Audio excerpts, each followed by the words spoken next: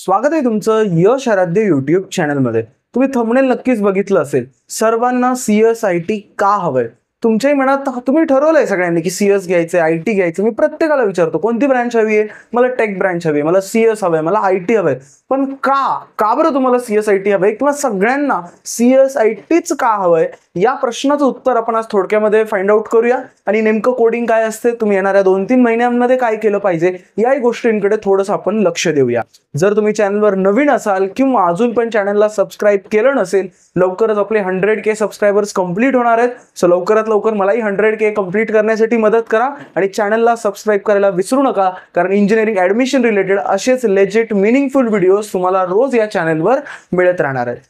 तुम्ही कधी स्वतःला विचारलंय का? पहिले तर मी तुम्हाला एक गोष्ट सजेस्ट करेन, थोडंसं ऑनेस्ट होऊया। ओके, तुम्ही मी म्हणजे एकत्र असं बसूया, समजूया मी तुमचा मोठा भाऊ आहे, करेक्ट? तुम्ही माझ्या आतापर्यंत कित्येक व्हिडिओज बघितले असतील आणि थोडंसं आपण ऑनेस्ट होऊया। ओके, थोडंसं सध्या एक तुम्ही सोडून द्या, तुम्ही कोण आहेत, काय आहेत, कोणती ब्रांच पाहिजे, मार्क्स, पर्सेंटेज सगळं सोडून द्या। एक इथून 10 मिनिट माझ्याशी मी जे प्रश्न विचारेन त्याची खरी खरी उत्तरं सांगायची।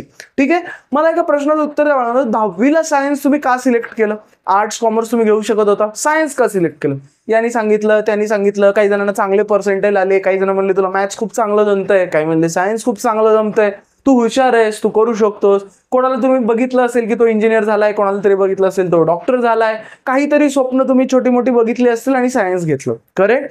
तुम्ही सिलेबस बघितला का रे बाळांनो? किती जणांनी सिलेबस बघितला? पुस्तकं आणली, 1-2 चॅप्टर करून बघितले सायन्स घेण्याच्या आधी, नंतर सायन्स घेतल्यावर सिलेबस बघितला आणि मग आपण ठरवलं की अरे सायन्स खराब आहे, अवघड आहे, सोपं आहे, या सगळ्या गोष्टी केल्या। सेम चूक आता आपण करायला जातोय असं वाटत नाहीये का? इंजिनिअरिंग मध्ये जायचंय, ठीक आहे, चला इथपर्यंत मान्य आहे, चला मला इंजिनिअरिंग मिळतंय, इंजिनिअरिंगची परीक्षा दिली, इंजिनिअरिंगला जायचंय। पण ब्रांच सिलेक्ट करताना त्या ब्रांच मध्ये नेमकं काय आहे, काय सिलेबस आहे, का बरं CSIT आपण घेतोय याचा विचार केलाय का? नाही। कित्येक मुलांनी कॉम्प्युटर्स अजून वापरलेले नाहीयेत, कित्येक मुलांना कोडिंगचं C सुद्धा माहित नाही किंवा कोडिंग नेमकं असतं काय हे सुद्धा माहित नाहीये, कित्येक मुलांना CS आणि IT मधला नेमका फरक काय असतो हे सुद्धा माहित नाहीये। तरी पण मुलं सगळी काय म्हणतात, मला CS पाहिजे, मला IT पाहिजे। त्याचं कारण काय असतं? सिंपल आहे, लक्षात घ्या। जर जग जिकडे जातं आपल्याला म्हणजे काय असतं, आपल्यासमोर 4-5 बेटर ऑप्शन्स असतात, त्याच्यामधलं जे आपल्याला चांगलं वाटतं, जे सगळेजण चांगलं म्हणतात ते आपण सिलेक्ट करतो, करेक्ट? आणि खूप बेसिक गोष्ट आहे, लक्षात घ्या। त्याच्यात तुमची चूक नाहीये किंवा मी म्हणत नाहीये की तुम्हाला तुम्ही काही चुकताय। ओके, जगामध्ये असंच असतं। मला पण एक 5-10 गोष्टी समोर ठेवल्या आणि मला एक सिलेक्ट करायची, मी सगळ्यांना विचारेल कोणतं चांगलंय, कोणतं चांगलंय, सगळेजण म्हणले हे चांगलंय, मी पण ते सिलेक्ट करेन, करेक्ट? हे जगाची एक बेसिक गोष्ट आहे, करेक्ट? त्याच्यामध्ये काही एक चूक नाही। पण बाळांनो, आपल्याला थोडीशी माहिती काढणं गरजेचं आहे की नाही, की CS काय आहे, IT काय आहे। नक्की मी याच्यावर उद्यापासून व्हिडिओ बनवणार आहे की कॉम्प्युटर सायन्स काय असतं, IT काय असतं, CS वर्सेस IT काय डिफरन्स आहे। पण थोडंसं आजच्या व्हिडिओमध्ये ना याला एलॉबरेट करूया। का CSIT, का बरं CSIT एवढं भारतामध्ये महत्व आलंय आणि का बरं प्रत्येकाला CSIT घ्यायचं याचा थोडीशी माहिती काढायचा प्रयत्न करूया। थोडंसं बॅक स्टोरीला मी तुम्हाला नेतो जेणेकरून तुम्हाला अजून थोडंसं समजेल। बघा, राजीव गांधींच्या काळामध्ये ना त्यांनी आपल्याकडे कॉम्प्युटर्स आणले। ओके, आता हिस्ट्री जास्त पकडून बसू नका, मेन त्याचा गाभारा समजून घ्या। ठीक आहे, काय झालं आपल्याकडे 1980-19च्या त्या काळांमध्ये म्हणजे राजीव गांधीच्या काळामध्ये आपल्याकडे कॉम्प्युटर्स आले। ओके, इयर्स वगैरे हे माझे बेसिक्स नाहीत, मी पण इंजिनिअरिंग बॅकग्राऊंडचा आहे, मला इतिहास जास्त आयडिया नाही, पण बेसिक गोष्ट तुम्हाला सांगतो। कॉम्प्युटर्स आले आणि लक्षात घ्या, कॉम्प्युटरचं हे युग होतं। ओके, जसं तुम्ही ऐकलं असेल 2001च्या आधी फोन वगैरे कोणी काही वापरायचं नाही, टेक्नॉलॉजीचा दूरपर्यंत संबंध नव्हता। पण काय झालं बाळांनो, 2001 नंतर किंवा पुणे 2004 नंतर ब्लॅकबेरीचे फोन आले, मग पुन्हा सॅमसंगचे फोन आले, नोकिया आला आणि मग हे स्मार्टफोनचं युग यायला लागलं, करेक्ट? याच्यामध्ये आपण किती ट्रान्सफॉर्म झालो रे? ऑनलाईन पेमेंट्स करतोय आजकाल, कॅश बघायची नाही। तुम्ही मला ऑनलाईन बघताय, आपल्या व्हिडिओजला 20-20 हजार 30-30 हजार व्ह्यूज जात आहेत। हे कशामुळे शक्य झालंय बाळांनो? या ऑनलाईन प्लॅटफॉर्ममुळे शक्य झाले, युट्यूबमुळे शक्य झाले की मी इथे थांबून, माझ्या घरी थांबून आज मी 20-30 हजार लोकांपर्यंत दरवर्षी पोहोचतोय। ते लोक माझा व्हिडिओ बघतायत, मला लाईव्ह बघू शकतायत, करेक्ट? मग काय झालं, थोडासा जसं काळ येत गेला तशी टेक्नॉलॉजी वाढत गेली। मग ही जी टेक्नॉलॉजी कशावर बनली? हे युट्यूब बनलं, हे म्हणूया आपण सॉफ्टवेअर्स बनले, या सगळ्या गोष्टी बनल्या। आज UPI पेमेंट्स आपण 5 मिनिटाच्या आत कुणालाही पेमेंट करू शकतो, इतक्या इझिली करू शकतो। हे कोणामुळे झालं, कशामुळे शक्य झालं? तर हे कॉम्प्युटर्समुळे शक्य झालं, याचा बेसिक आहे, बरोबर आहे? मग जसं जसं जग वाढत चाललंय, तुम्ही आज बघताय गावोगावी युट्यूब पोहोचलेले, गावोगावी मोबाईल्स पोहोचलेले आणि नक्कीच प्रत्येक जण टेक्नॉलॉजीशी कनेक्ट झालेला आहे। मग जशी जशी टेक्नॉलॉजी लोकांना लागणार आहे तसे नवीन ॲप्स बनवावे लागणार आहेत, नवीन वेबसाईट्स बनवावे लागणार आहेत, रोज नवीन काही ना काही तुम्हाला टेक्नॉलॉजी रिलेटेड ऐकायला मिळणार आहे आणि या सगळ्यासाठी तुम्हाला कॉम्प्युटर आलं पाहिजे, हे त्याचं बेसिक्स आहे। मग नेमकं अजून काय होतंय की का बरं इंडियालाच का महत्व आहे, दुसऱ्या देशामध्ये इंजिनियर्स आहेत पण इंडियाला का महत्व आहे? तुम्ही एक 10 वर्षाआधी किंवा थोडं लहानपणी ऐकलं असेल की चायनाची जी लहान मुलं असतात ती घड्याळ नीट करू शकतात, ती खेळणी बनवतात किंवा ते एवढे स्किल्ड आहेत लहान मुलं की तुम्ही ऐकलं असेल, माझ्या लहानपणी खूप ऐकायचो. तसं इंडियाकडे बघण्याचा दृष्टिकोन दुसऱ्या देशांचा बदललेला आहे. दुसऱ्या देशांमध्ये तुम्ही ऐकलं असेल व्हाईट हॅट ज्युनियर वगैरे, आपली 5वी 6वी 10वी 11वी 12वीची मुलं सुद्धा आजकाल ऍप्स बनवत आहेत, वेबसाईट्स बनवत आहेत. किंवा प्रत्येक इंजिनिअरिंगचा मुलगा, एवढी इंजिनिअरची मुलं आहेत आपल्याकडे ज्यांचं एज 22 पेक्षा कमी आहे, कित्येक छान छान कोडिंगने ऍप बनवलेत त्यांनी, कित्येक छान वेबसाईट्स बनवल्या आहेत, कोणी कोणी सॉफ्टवेअर बनवले आणि प्रत्येकाने काही काही वेगळं वेगळं बनवलेलं आहे. मग हे काय झालंय, आपल्याकडे इंडियामध्ये आता एक स्किल सेट झालाय. ठीक आहे, आपल्याकडे बऱ्यापैकी लोकांना आता यायला लागले आणि आपल्याकडे हे बेसिक आपण खूप इझिली शिकतोय या गोष्टी, कारण आपल्याला सवय आहे शिकायची.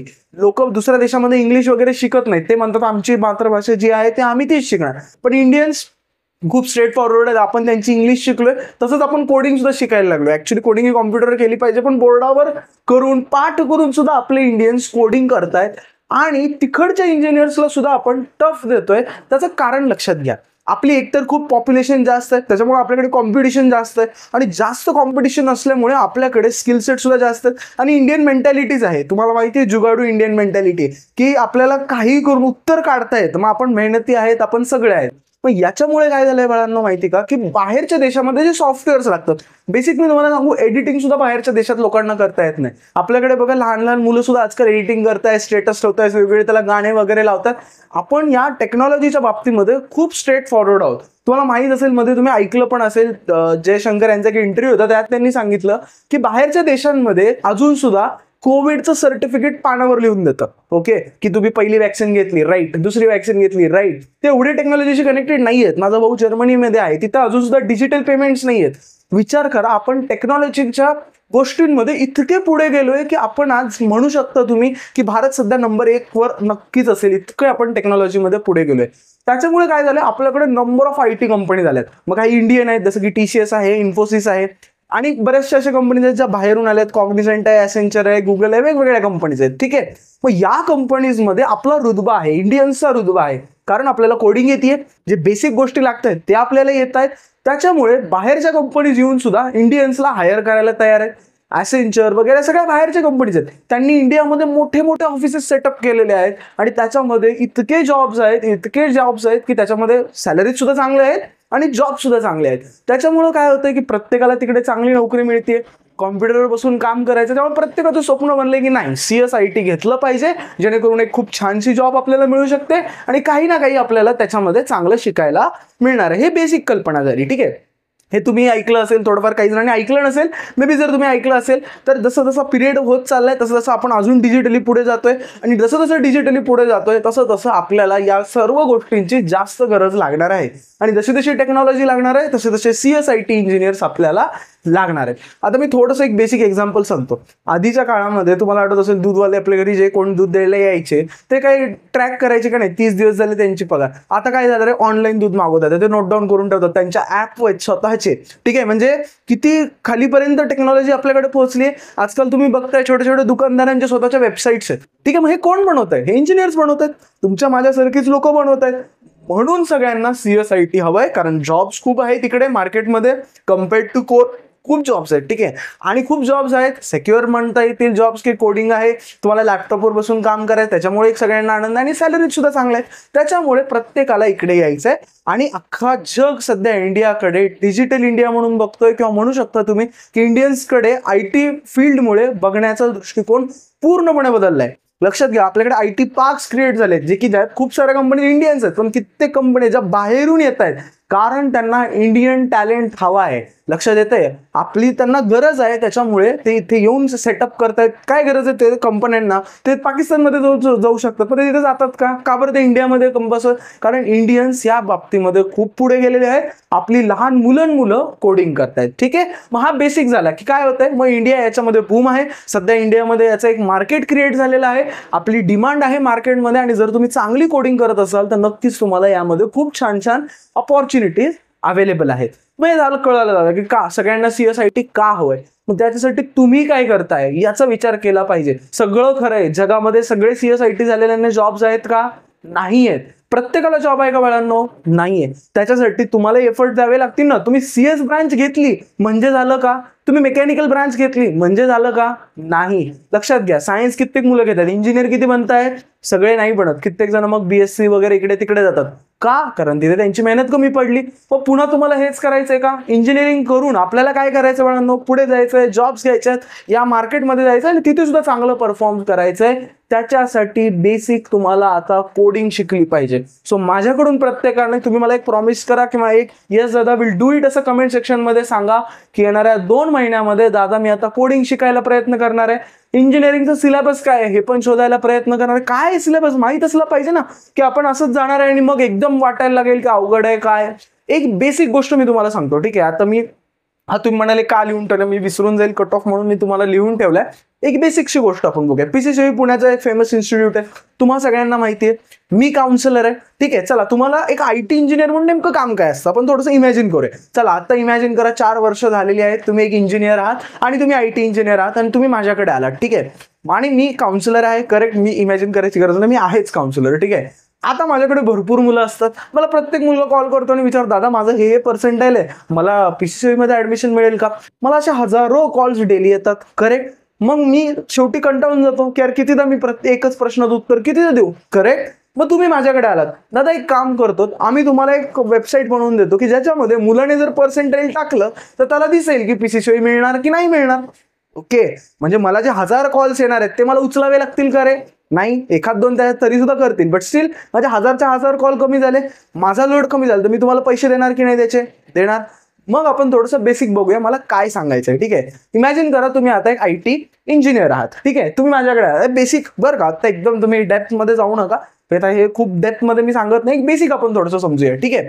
माझ्याकडे हजारो कॉल्स येतात की दादा 90 मला 2% आले, मला मिळणार का? मला 95% आले. मग मला काय करावं लागतं? लक्षात ठेवावं लागतं की अरे यार PCCIचा 96 कट ऑफ आहे आणि मग जर 96च्या वर असतील तर मिळेल, 96च्या खाली असतील तर मिळणार नाही. हे माझं लॉजिक क्लिअर आहे. पण तुम्ही जर मला एक अशी वेबसाईट बनवून दिली, ठीक आहे, एक अशी वेबसाईट बनवून दिली की इथे तुम्ही एक अशी इनपुट फील्ड ठेवली, ठीक आहे, आणि इथं स्टुडंटचं तुम्ही पर्सेंटाईल घेतलं, ठीक आहे, आणि इथे तुम्हाला दिसायला लागलं समजा पास आणि फेल, आपण जास्त डोकं नको लावूया, पास आणि फेल अशी एक तुम्ही वेबसाईट बनवली, ठीक आहे. जर त्याचा पर्सेंटाईल 98 असेल तर पास तिथे दिसावं ग्रीन कलर मध्ये, आणि समजा 94 आहे तर तिथे फेल दिसावं रेड कलर मध्ये. माझे 1000 कॉल तुम्ही वाचवताय, करेक्ट. मग मी तुम्हाला का नाही पे करणार? हेच IT इंजिनियरचं काम असतं. बेसिक काय करतो माहिती का, जसं मी तुम्हाला आता मराठीत बोलतोय तसंच कॉम्प्युटरला बोलण्याची भाषा असते, त्याला आपण कोडिंग म्हणतो, वेगळं काही नाही. हे आपल्याला कॉम्प्युटरला शिकवता येतं. लक्षात घ्या, आता माझ्या डोक्यात फिक्स बसले की 96च्या वर असेल तर PCCI मिळणार आहे पास, 96च्या खाली असतील तर फेल. आता हेच मी कॉम्प्युटरला सुद्धा शिकवू शकतो, काही नाही, बेसिक असतं. त्याला काय शिकवता येतं मला?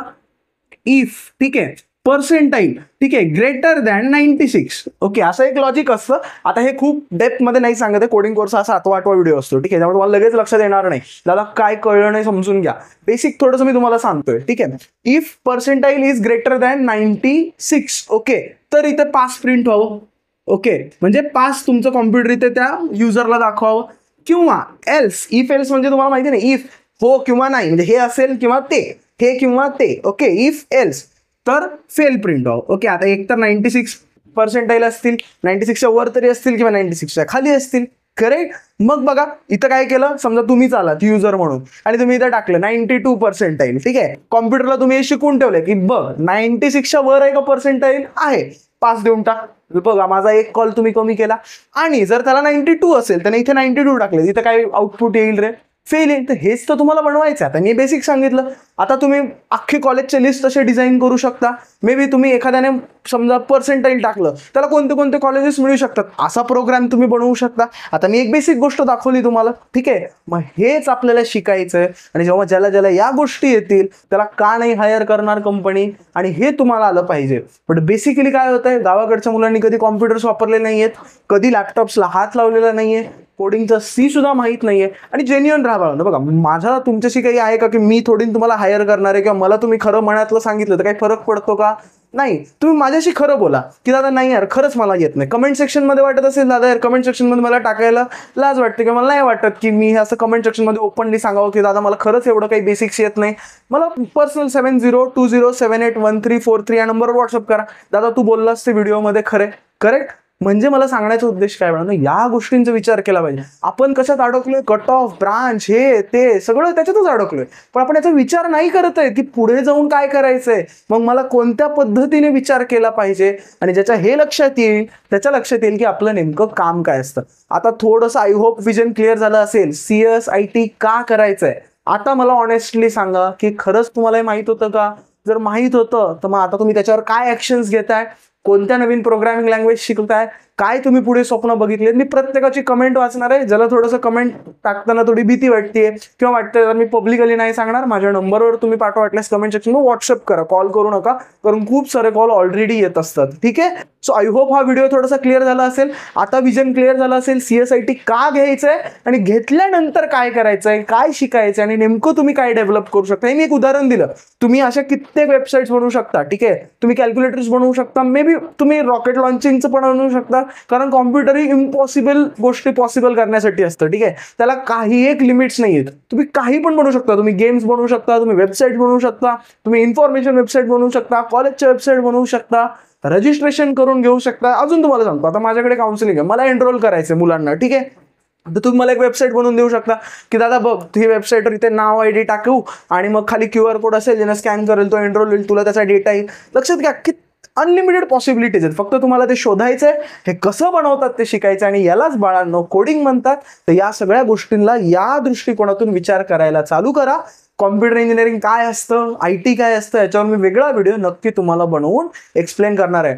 हा व्हिडिओ कसा वाटला कमेंट सेक्शनमध्ये कळवायला विसरू नका. पालक ऐकत असतील थंब तरी देत चला, तर मला समजतं की मी जे जीव तोडून सांगतोय, तर रात्रीचे 2 वाजलेले तर की बाबा तुम्हाला समजतंय नाही समजतंय, किंवा मी अजून उद्या मला एखादं होऊ शकतं की मी समजू नाही शकणार, मी उद्या अजून एकदा डबल व्हिडिओ पोस्ट करेन आणि पुन्हा तुम्हाला एखादी गोष्ट नसेल समजली तर समजून सांगायचा प्रयत्न करेन. बट माझ्यापर्यंत कळालं पाहिजे, तुमची नावं मला यूज टू होतात. सो कमेंट सेक्शनमध्ये थंब तरी द्यायला विसरू नका. आय होप हा तुम्हाला व्हिडिओ आवडला असेल. कमेंट सेक्शनमध्ये कळवायला विसरू नका हा व्हिडिओ कसा वाटला. भेटूया उद्या नवीन टॉपिक सोबत.